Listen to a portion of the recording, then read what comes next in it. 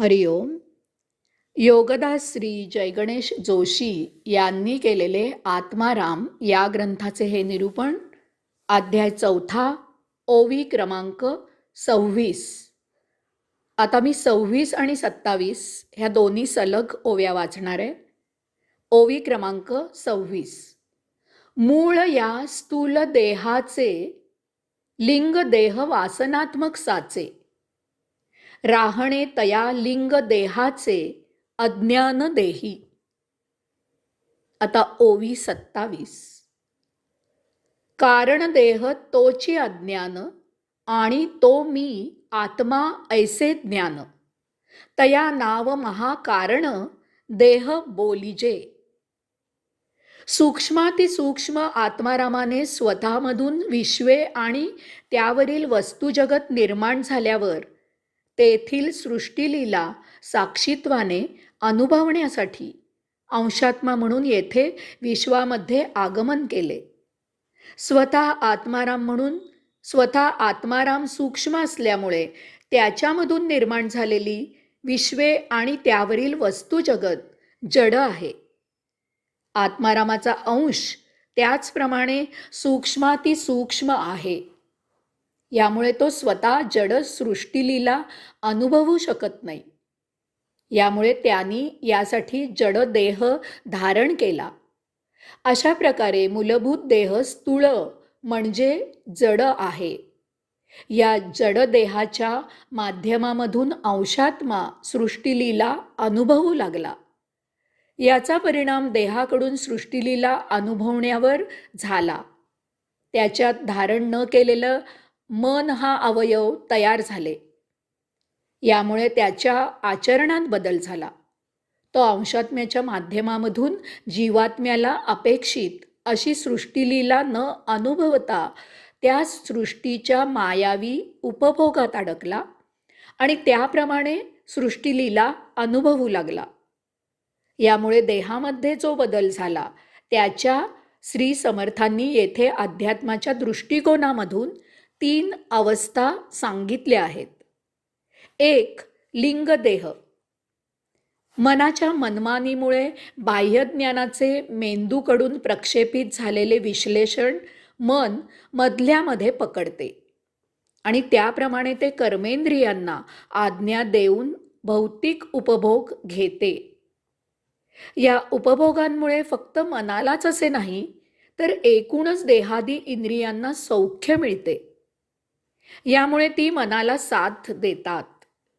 याचा दुष्परिणाम असा होतो की या एका जन्मात घेणे शक्य नसलेले, या देहाची तितकी क्षमता नसलेले उपभोग मन देहावर या देहाची तितकी क्षमता नसलेले उपभोग मन देहावर लादते.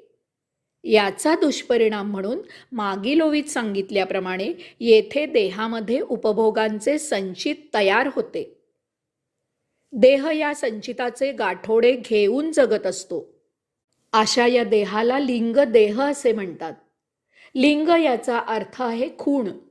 आपली जगायची खूण काय आहे तर देह ही आपली जगायची खूण आहे, म्हणून लिंगदेह. 2. कारणदेह. मनाच्या उपभोगमय महाभयावह अशा उचापतींमुळे आपली हळूहळू अशी समजूत होते की आपण देह आहोत, मन आहोत. तसेच असाही दृढ समज होतो की देहाच्या सौख्यासाठी मनासाठी आपण जगायचे असते. मनाप्रमाणे मन सांगेल त्याप्रमाणे देहोपभोग घेणे यासाठीच आपला जन्म आहे. हे असे म्हणजेच जगणे आहे. यासाठीच आपण आहोत. यामुळे उपभोग घेण्यात काही विघ्ने आली, अडथळे आले तर ते दूर करून देहाला आणि मनाला संतुष्ट करणे हे आपले पहिले कर्तव्य आहे.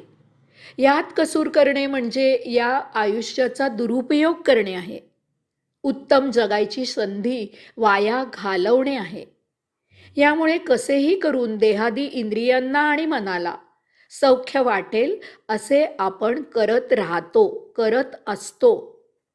जास्तीत जास्त सौख्य मिळवण्याचा आटोकाट प्रयत्न करत असतो. इतकेच नव्हे तर बुद्धी वापरून नवनवीन उपभोग शोधून ते उपभोगत असतो. अशा प्रकारे देहाचे कारण उपभोग घेणे, मनाला संतुष्ट करणे, इंद्रियांना भोगात रममाण करणे इत्यादी असे आहे. असा आपला पक्का दृष्टिकोन होतो आणि याच कारणासाठी जगले जाते. म्हणून अशा प्रकारे देह जगविण्याला कारण देह असे म्हटले जाते. अशा प्रकारे लिंगदेहाला कारण देह पूरक होतो, उपयुक्त होतो. या कारण देहात लिंगदेह वास्तव्य करत असतो. उपभोगांच्या कारणासाठी जगत असलेला देह या लिंगदेहाला अतृप्त असलेले उपभोग साचवायला फार सोयीचा होतो. अज्ञान देह. श्री समर्थांनी कारण देहाला येथे अज्ञान देह असे नाव दिले आहे. कारण आपण देह आहोत, आपण मन आहोत. आपला जीवित असण्याचा एकमेव उद्देश भौतिक उपभोग घेणे आणि मनाला देहादी इंद्रियांना सौख्य मिळेल असे जगणे हा आणि हाच एकमेव आहे इत्यादी असे हे भौतिक दृष्टिकोनामधून ज्ञान असले तरी ते आध्यात्मिक दृष्टीने अज्ञान आहे. 3 महाकारण देह. लिंगदेह आणि कारणदेह यांच्या भोगापवर्गते जन्मोजन्मी आकंठ रुतल्यामुळे या सुदिनी कदाचित असंख्य जन्ममरण असे फेरे घेतल्यानंतर आपल्या लक्षात येते की आजूबाजूला संख्येने अगदी थोडे असे आहेत जे सदानंदी आहेत. त्यांच्याकडे आपल्या मानाने जीवन जगण्यासाठी फारसे काही वस्तू जगत उपलब्धही नाही. तरीही हे कसे विश्वाचे स्वामी असल्यासारखे मोठ्या थाटात, मोठ्या मजेत, मोठ्या सहजावस्थेत जीवन जगत आहेत. यांच्याशी तुलना करता वास्तवात आपण असे सदानंदी असायला पाहिजे आणि हे आपल्यासारखे दुर्मुखलेले असले पाहिजेत. परंतु येथे परिस्थिती बरोबर उलट आहे. याचा अर्थ येथे काहीतरी मूलभूत चूक होत आहे. आपले काहीतरी मुळातच चुकत आहे.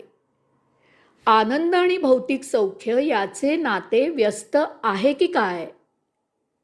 चला, हे आयुष्य वाया घालवण्यापेक्षा यांनाच विचारून लवकरात लवकर यावर उपाय करू. येथे आपल्याला सद्गुरू सापडतो. याच्या पावन सानिध्यात, त्याच्या सत्संगामध्ये, त्याच्या उपदेशाने आपल्याला अध्यात्म आणि भौतिक जीवन आणि आयुष्य, आनंद आणि सुखदुःख यातील फरक उमजतो. त्याच्याच कृपाप्रसादाने आपल्याला आत्मज्ञान प्राप्त होते. आपण अध्यात्माच्या मार्गावर यात्रा करू लागतो.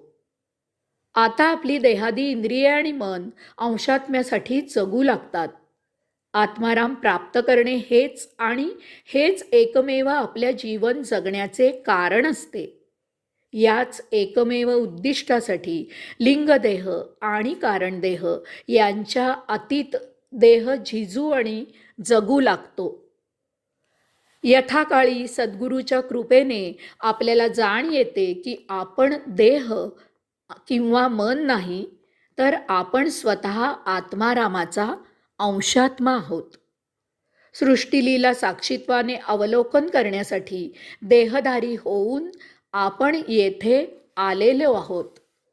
अंशात्मा आणि आत्माराम यांचा योग जुळवून देहमुक्ती प्राप्त करणे हेच या मानवी देहाचे प्रयोजन आहे.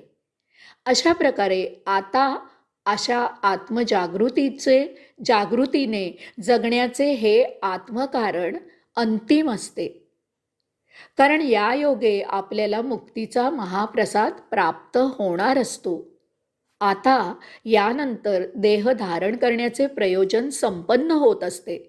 यास्तव अशा देहाला महाकारण देह असे म्हटले जाते. हरिओम.